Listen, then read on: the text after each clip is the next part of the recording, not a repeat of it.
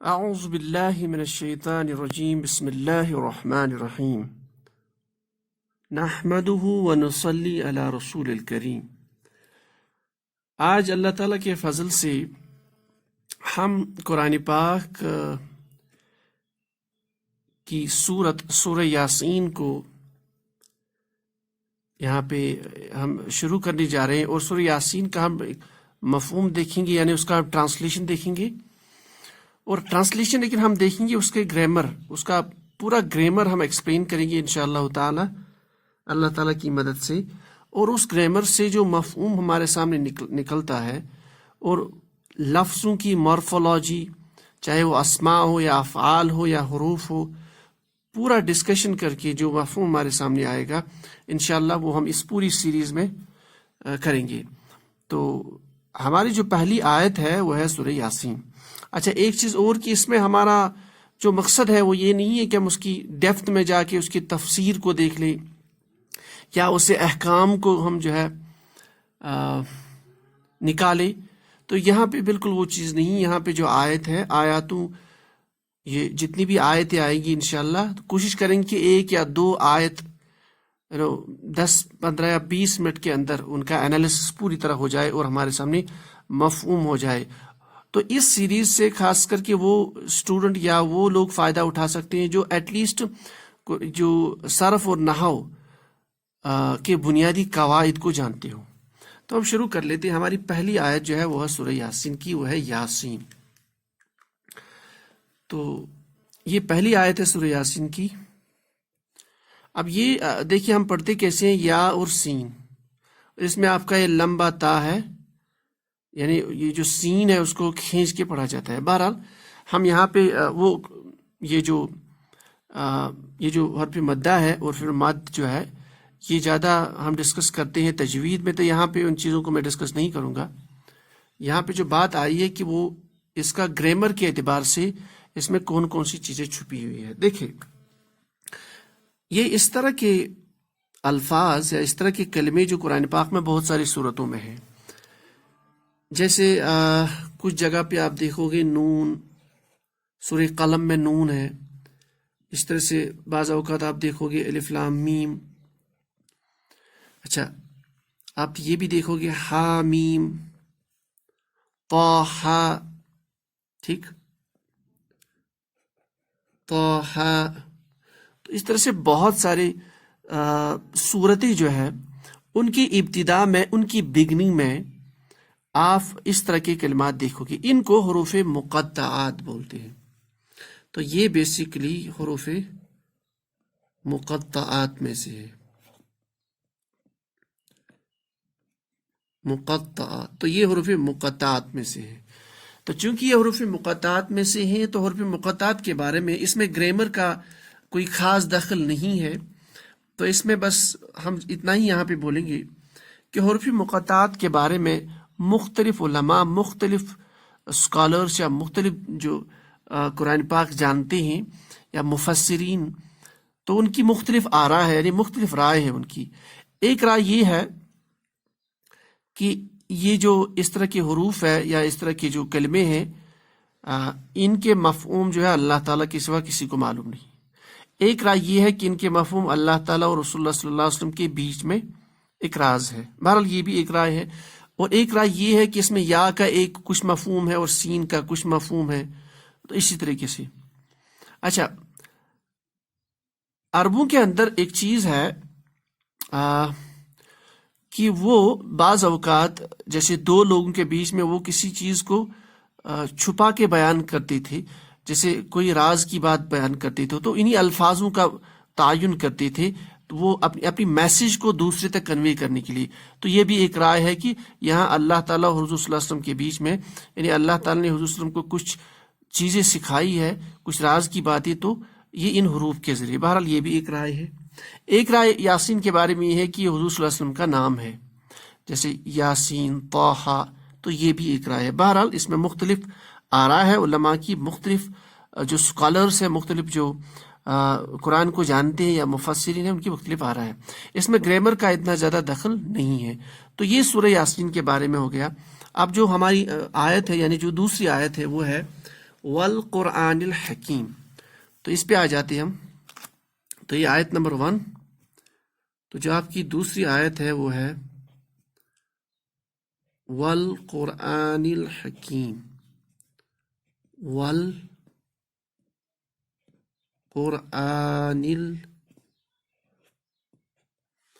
الحکیم.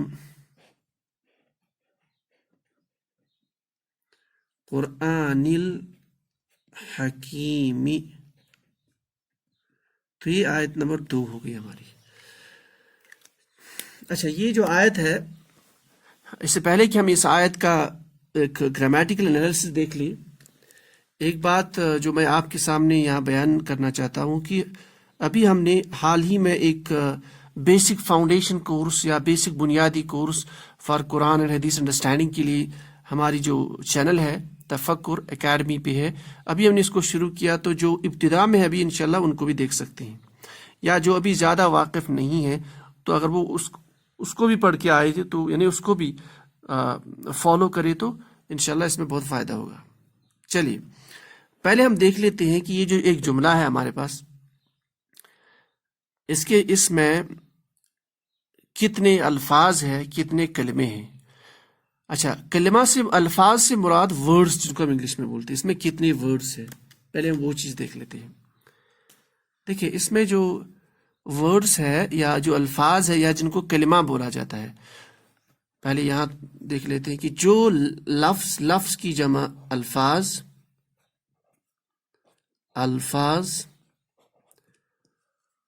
یہ لفظ الفاظ ہم اردو میں بولتے ہیں لیکن یہ عربک میں ہے. بیسیکلی لفظ عربک میں اس کا مفہوم جو ہے پھینکنا، کوئی چیز جو ہم منہ سے نکالتے ہیں پھینکتے ہیں اس کو لفظ بولا جاتا ہے، اس کی جمع ہے الفاظ.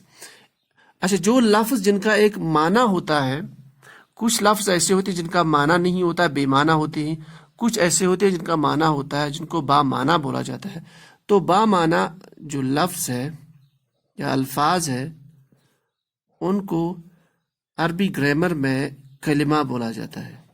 کلمہ، اور کلمے کی جمع ہے کلمات. تو یہاں پہلے ہم یا تو لفظ یوز کریں گے یا انگلش کا ورڈ یوز کریں گے یا کلمہ یوز کریں گے، تو کچھ بھی بول سکتے ہیں. تو اس میں جو لفظ ہے وہ ایک تو یہ ہے آپ کا یہ واو زبر کے ساتھ، اس کو واو فتحہ کے ساتھ بولتے ہیں. اور دوسرا القرآنی. القرآنی میں آپ کے 2 لفظ ہے. یہ بنا ہے ایک تو الف لام سے ال، اور دوسرا یہ بنا ہے قرآن سے. تو یہ 2 اس میں الفاظ ہے. اس کے بعد الحکیم جو ہے، الحکیم میں بھی آپ کے 2 لفظ ہے، یعنی 2 الفاظوں سے یہ بنا ہے. ایک الف لام اس کے ساتھ ہے ال، اور پھر حکیم.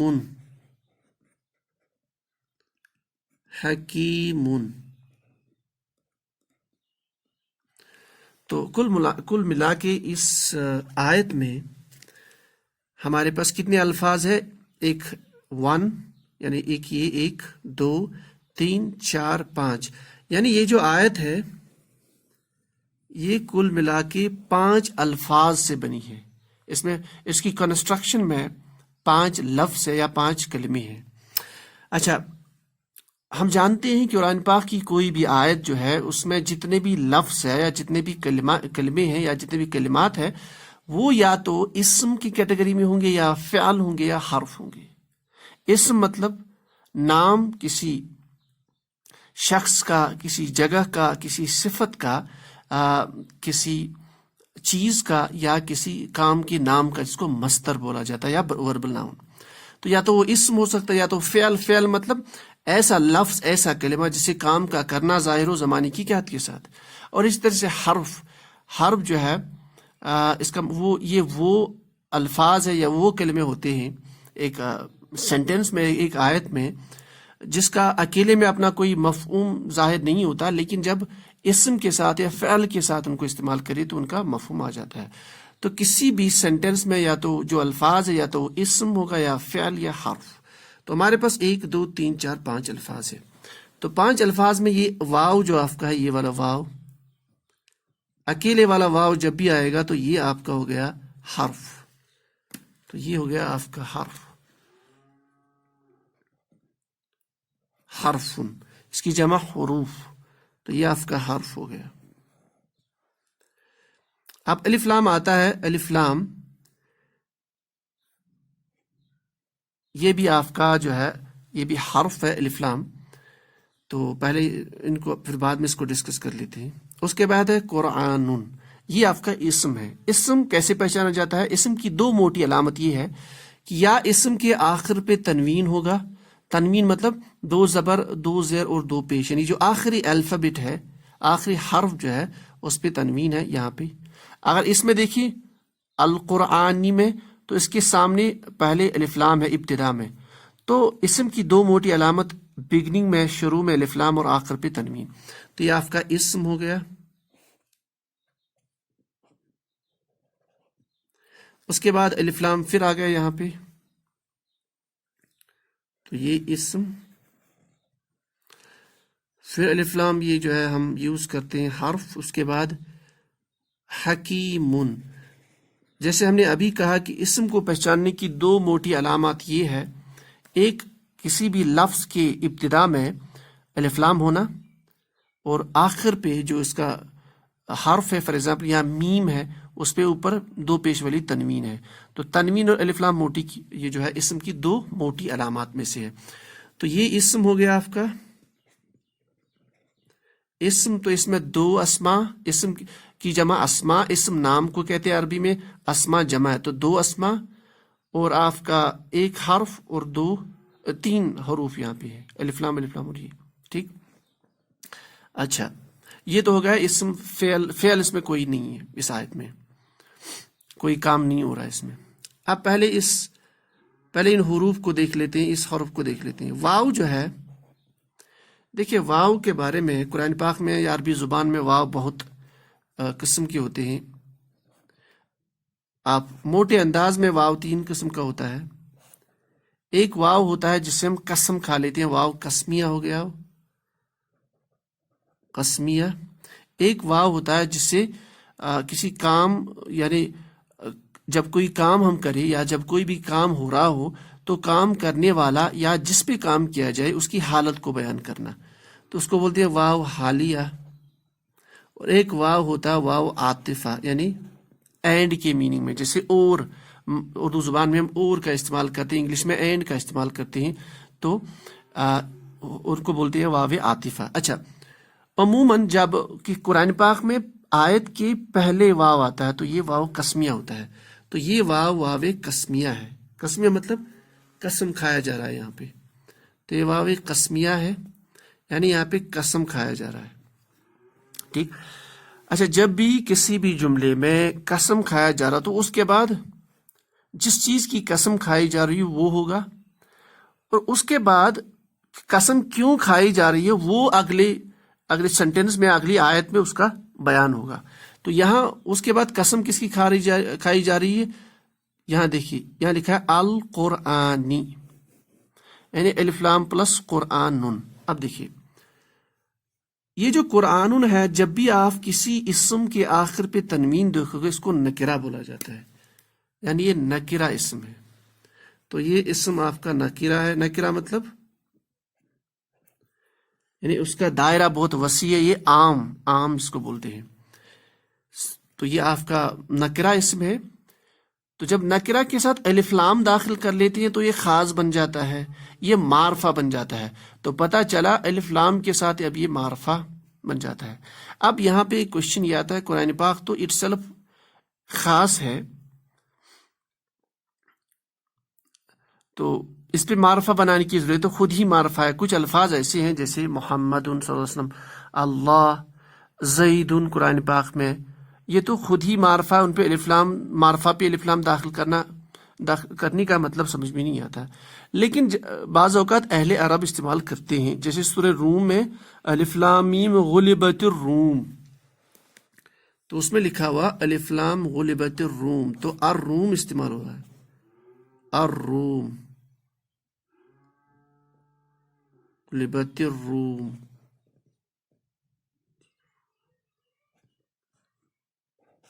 تو یہاں یہ روم جو ہے یہ اسم ہے، رومن امپائر کے لیے استعمال ہوا روم، لیکن الف لام کے ساتھ استعمال ہوا. تو جب اہل عرب چاہے تو استعمال کر لے ان کی زبان، لیکن عموماً جو معرفہ ہوتا ہے اس میں الف لام داخل نہیں ہوتا ہے، اور ہم الف لام داخل کرتے ہیں کسی بھی نکرہ اسم کو پراپر میں کنورٹ کرنا. جیسے دی استعمال کرتے ہیں، دی کاؤ خاص گائے، دی بک خاص بک.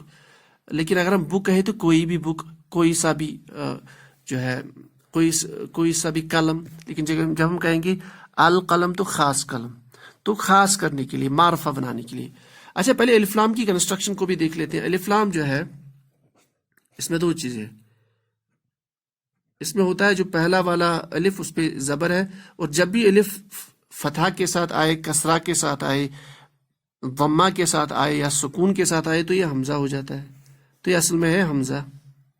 اور دوسرا لام جو ہے لام ساکن، اس کو بولتے ہیں معرب باللام. اصل میں اس لام سے ہم اس کو خاص بناتے ہیں، معرب باللام، یعنی کہ اس لام سے کسی اسم کو معرفہ بنانا. اچھا اس حمزہ کو حمزۃ الوصل ہم بولتے ہیں. الف لام میں جو حمزہ ہے حمزۃ الوصل. حمزۃ الوصل مطلب جب اس کو پیچھے سے پڑھا جائے، جیسے یہاں آپ کا پیچھے جو حروف واو فتحہ کے ساتھ، تو یہ الف جو ہے یہ پڑھا نہیں جاتا، یعنی اس حروف کو اس کلمے کے ساتھ جوڑ دیتا ہے، اس لیے اس کو وصل بولا جاتا ہے، حمزۃ الوصل. ایک ہوتا ہے حمزۃ القطع، یعنی وہ الگ الگ، اس میں وہ الف آپ کو پڑھنا پڑے گا وہاں پہ، لیکن یہاں پہ الف لام میں ہوتا ہے حمزۃ الوصل. تو یہ ہوگی اس کی مورفولوجی. تو یہاں پہ استعمال ہوا ہے قرآن پاک میں القرآنی. تو یہ ہو گیا آپ کا. اچھا یہ بن گیا.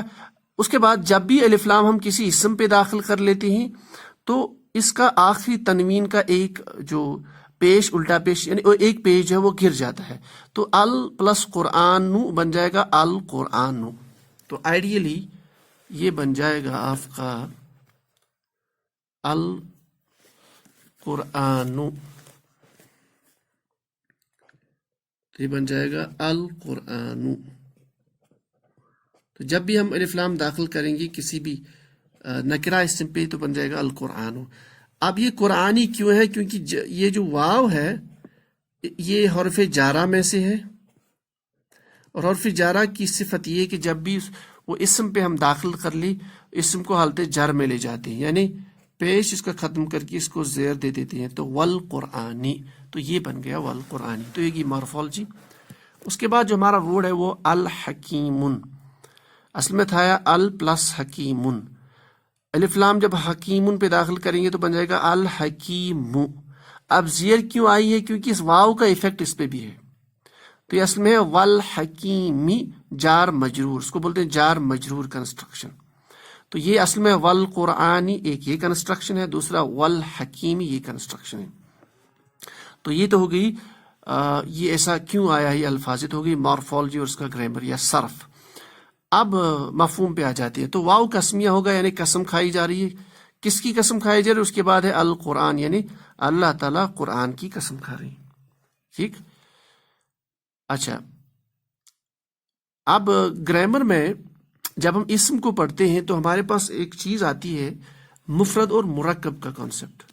یہاں پہ دو اسما جو ہے آپ کے سائڈ بائی سائڈ اکٹھے اس اسما آ رہے ہیں.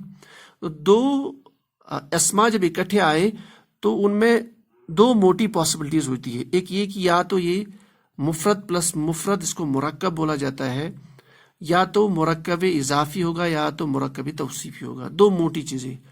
مرکب اشاری بھی ہوتا ہے، مرکب جاری بھی ہوتا ہے. لیکن جب دو اسما آپ کی اکٹھے آ جائیں، کوئی اشارے والا الفاظ استعمال نہیں ہوگا، کوئی اسماء اشارہ نہیں ہو، تو قرآنی والقرآنی یعنی القرآنی الحکیمی. تو ان میں دو پاسبلٹی یہ ہے، یا تو یہ صفت موصوف کنسٹرکشن ہوگی یعنی مرکبی توصیفی، یا مرکبی اضافی. اب یہاں پہ یہ مرکبی توصیفی ہے. کیسے؟ اضافی میں یہاں نہیں جاؤں گا. مرکبی توصیفی کیا ہوتا ہے، ہمیں کیسے پتہ چلتا ہے؟ جب بھی دو اسما اکٹھے ہو، ایک اسم اور اس کے ساتھ دو اسم، ان کو مرکب بولا جاتا ہے. اور مرکب اس لیے ان کا بولا جاتا ہے کیونکہ مفہوم مکمل نہیں ہوتا ہے، نامکمل جملہ. تو یہ اسم جو دوسرا اسم ہوتا ہے یہ پہلے اسم کی صفت ایکٹ کرتا ہے، تو اس کو ہم بولتے ہیں صفت، اور یہ اسم اس کو بولتے ہیں موصوف، جس کی صفت بیان کی جا رہی ہو. تو یہ صفت پلس موصوف ان کو بولتے ہیں مرکب توصیفی. مرکب توصیفی ہمیں کیسے پتا چلے گا؟ جب بھی ہم دو اسما کو اکٹھے دیکھیں گے، دو موٹی چیزیں اس میں دیکھنی ہیں. ایک، اگر یہ دونوں معرفہ ہے، اگر یہ بھی ہے معرفہ یہ بھی ہے معرفہ، یا یہ بھی نکرہ ہے یہ بھی نکرہ ہے، نمبر 1. دوسری علامت یہ ہے اگر اس کا اعراب اور اس کا اعراب آپ کا مل رہا ہے، یعنی جو اعراب اس کا ہے وہی اعراب اس کا ہے. اعراب مطلب کون سی اعراب کی کون سی حالت ہے، حالت رفع، حالت نصب، حالت جر. یعنی اگر یہ بھی رفع میں تو یہ بھی رفع میں ہونا چاہیے، یہ بھی نصب میں ہے تو یہ بھی نصب میں ہونا چاہیے، اگر یہ حالت جر میں ہے تو یہ بھی حالت جر میں. یعنی اگر ان میں مطابقت، ان دو کرائٹیریاز کی مطابقت ان میں پائی جائے تو آٹومیٹک آپ اس کو گیس کریں گے یہ مرکب توصیفی ہے. چلیے دیکھ لیتے ہیں. دیکھیے یہاں پہ قرآن کے ساتھ الف لام لگا ہے تو یہ بن گیا خاص یعنی معرفہ، اس کے ساتھ بھی الف لام ہے تو یہ بھی معرفہ. تو ایک کرائٹیریا مل گیا کہ دونوں اسما معرفہ ہے. اب دیکھیے یہ حالت جر میں ہے، یہ بھی حالت جر میں ہے، زیر زیر، اس کا مطلب یہ مرکب توصیفی. تو مرکب توصیفی میں اس کو ہم صفت مانیں گے، اس الحکیمی کو اس کی صفت، یعنی اس اسما کو اس کی صفت مانیں گے. یعنی قسم کھائی جا رہی ہے قرآن کی، اس کی صفت یہ ہے کہ وہ حکیم ہے، یعنی وہ حکمت والی کتاب ہے. اب یہ حکمت حکیم ان کے بارے میں تھوڑا سا ہم پڑھ لیتے ہیں جلدی. دیکھیے یہ جو حکیم پیٹرن پہ جب آپ کا کوئی بھی اسم آ جائے، حکیم،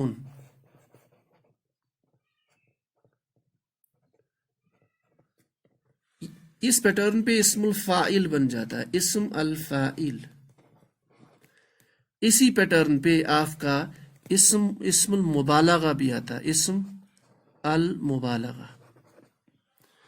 تو یہ حکیم اسم الفاعل بھی ہے، ایٹ دا سیم ٹائم یہ اسم مبالغہ بھی ہے، یعنی اسم الفاعل بھی ایکٹ کرے گا، اسم المبالغہ بھی. اسم الفاعل مطلب یہ ایسا اسم ہے، یہ ایسا مشتق ہے کہ جس سے کام کرنے والے کا مفہوم نکلا جائے، جیسے کھانے والا، جیسے لکھنے والا کاتبن، جس طرح ہم کہتے ہیں کاتبن، ضاربن، اچھا شاربن پلانے والا، کاتبن لکھنے والا، قاتل قتل کرنے والا، ضاربن مارنے والا. تو اسم الفاعل کا اور ایک پیٹرن اس پہ بھی حالت یہ ثلاثی مجرد میں حکیم وزن پہ بھی اسم الفاعل آتا ہے، یعنی فعیل پیٹرن پہ. تو یہ اسی پیٹرن پہ اسم الفاعل یعنی حکمت والا، حکمت بیان کرنے والا، یا جس کے اندر یہ حکمت کی صفت ہو. تو حکیم یعنی یہ اسم الفاعل ہے، نمبر 1. دوسرا اسم المبالغہ، یعنی اسم المبالغہ یہ ایسا اسم ہے کہ جس میں کیا ہوتا ہے کہ کام کرنے کا مفہوم پایا جاتا ہے، لیکن اس کام کرنے میں کثرت کا مفہوم شامل ہوتا ہے. یعنی اگر یہ حکمت والا تو بہت حکمت والا ہے، اگر یہ بڑا ہے تو بہت بڑا، ایسا لکھ سکتے ہیں. اگر یہ چھوٹا ہے، اگر یہ ہے رحمان تو بہت یعنی رحم کرنے والا، اور رحیم ہے تو بہت مہربان. تو یعنی کہنے کا یہ مطلب ہے کہ اس میں جو مفہوم آپ نکالو گے اس میں کثرت کے ساتھ وہ مفہوم نکالا جائے گا، اسم مبالغہ، یعنی کام کرنے والے کا مفہوم لیکن زیادتی ہے کثرت کے ساتھ. تو حکیم بہت بڑا حکمت والا. تو یہ اصل میں اب آ جائے یہاں پہ کہ قسم کھائی جا رہی ہے قرآن پاک کی، قرآن کی. اب اس قرآن کی وکیبلری میں یہی یہاں نہیں جاؤں گا کیونکہ پھر بہت لمبا جائے گا کہ قرآن کہاں سے نکلا ہے، قرآن سے نکلا ہے یا قرآن سے قراءت سے نکلا ہے، یہ لمبا، تو پھر ڈسکشن بہت لمبی جائے گی. یہاں سے ہم موٹا مفہوم نکالیں گے، قرآن پاک مراد ہے، یعنی یہ جو قرآن کتاب ہم پڑھتے ہیں اللہ تعالیٰ کا کلام، اس سے مراد قرآن ہے یہاں پہ، یعنی اس کی قسم کھائی جا رہی ہے. پھر اس کی صفت یہ ہے کہ یہ الحکیم ہے، یہ حکمت والا ہے. اب حکمت سے مراد ہم جانتے ہیں، جب ہم حکمت کی بات کرتے ہیں یعنی اس میں ہم جانتے ہیں جب ہم کہتے ہیں کسی چیز کو کہ یہ حکیم ہے، یعنی اس کے اندر یہ صلاحیت ہے کہ یہ ایسا فیصلہ، یعنی جو بھی فیصلے یہ سناتا ہے یا جو بھی احکام بیان کرتا ہے اس میں درستگی ہے، اس میں تواضع ہے، اس میں ایسی ایسی چیزیں ہیں جو کہ بظاہر ہمارے عقل کے خلاف بھی ہے، لیکن اس میں بہتری ہوتی ہے انسانیت کے لیے، دنیا میں بھی اور آخرت میں بھی۔ تو حکیم دانا جس کو ہم کہتے ہیں، یعنی قرآن ایسی کتاب ہے جس کی قسم یہاں کھائی جا رہی ہے، اس کی صفت یہ ہے کہ حکیم، یعنی وہ حکمت والی کتاب ہے۔ تو مفہوم اس آیت کا یہ نکلا کہ اللہ تعالیٰ قسم کھاتے ہیں قرآن کی، اور جس کی صفت یہ ہے کہ وہ الحکیم ہے، وہ حکمت والی کتاب ہے، یعنی اس میں حکمتوں سے بھرا ہوا ہے، یعنی قرآن کریم میں بہت ساری حکمتیں ہیں۔ تو یہ